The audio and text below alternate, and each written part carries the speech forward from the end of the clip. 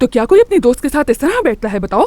हाँ, हकीकत तो ये है मुराद, तुम्हारे इन तौर तरीकों को मैं अच्छे से जानती हूँ। लड़कियों को बेवकूफ बनाना और फिर मतलब पूरा होते ही उन्हें छोड़ देना। मेरी बेटी के साथ भी तो यही किया था ना? हाँ अम्मी, आपको क्या हो गया है? सही कह रही हूँ। नजर नहीं आ रहा है तुम्हें किस तरह लड़की को चिपका के बिठाया हुआ है इसने? शर्म तो बिल्कुल भी नहीं आ रही। हाँ रुकिए, वैसे आपको थोड़ी तमीज से बात करनी चाहिए मेहमानों के सामने। तो बताओ कैसे बात करूं? यूं खुलेआम इतना करीब होकर जो बैठे हुए हो वो क्या ठीक है? समझे? पीछे हटो।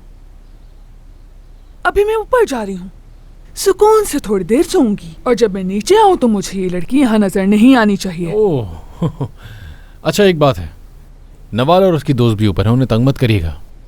ओह, उसकी दोस्त भी आ गई है। अभी मिलकर आती हूँ। तुम जैसा चाहोगी इस रूम को सेट करेंगे। तुम बताओ कैसा बेड लेकर आए?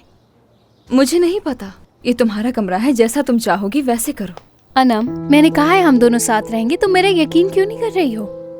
नवाल, अगर तुम दोनों ने बेड का इंतखाब कर ही लिया है तो एक और काम कर लो। घर के बाहर एक बैनर लगवाओ और उस पे लिखवा देना, हुमैरा एपिक लड़कियों का यतीम खाना।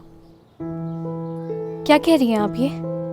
बात सुनो मेरी, क्या ये काफी नहीं कि हमने तुम्हें कबूल कर लिया और तो और तुम्हें दिल से अपनी नवासी माना, लेकिन इसका ये मतलब हरगिज नहीं कि तुम कहीं का भी गंद लाकर यहाँ पर रख दो। एक काम करते हैं, उसके यतीम खाने को उठा